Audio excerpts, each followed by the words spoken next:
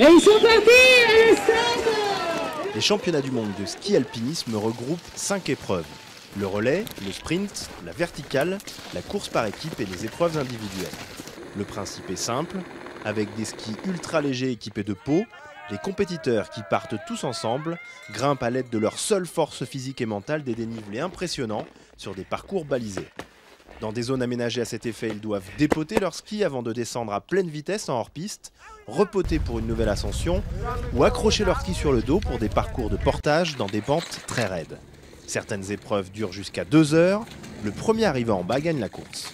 Ça demande d'avoir une très bonne condition physique parce que c'est avant tout un sport d'endurance qui est exigeant. Donc il faut avoir une bonne condition physique, mais il faut avoir aussi une très bonne technique, que ce soit pour la montée, mais aussi pour la descente. Car le ski alpinisme version compétition du ski de randonnée a lieu essentiellement en dehors des pistes. Une très bonne connaissance du milieu montagnard et un excellent niveau de ski sont donc nécessaires pour pouvoir commencer cette discipline qui connaît un nouvel essor depuis 10 ans. Les amoureux de la montagne sont séduits par l'aspect écologique, loin des nuisances sonores des remontées mécaniques. Et l'évolution du matériel, toujours plus léger, rend ce sport plus abordable, moins fatigant. Le ski de randonnée se démocratise donc peu à peu et compte aujourd'hui entre 80 et 100 000 pratiquants en France. Dès qu'on touche à la compétition, c'est un autre volet. C'est un volet où effectivement il faut une grosse condition physique, c'est très, très exigeant.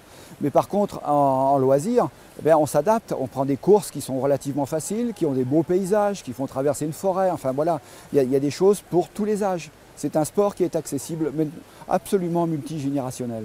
Le ski alpinisme est un sport très visuel, représenté par de nombreuses nations et dont le nombre de pratiquants ne cesse d'augmenter. 3 conditions indispensables pour espérer devenir un sport olympique. La Fédération internationale va déposer un dossier au CIO le mois prochain. Objectif, les Jeux olympiques de 2022.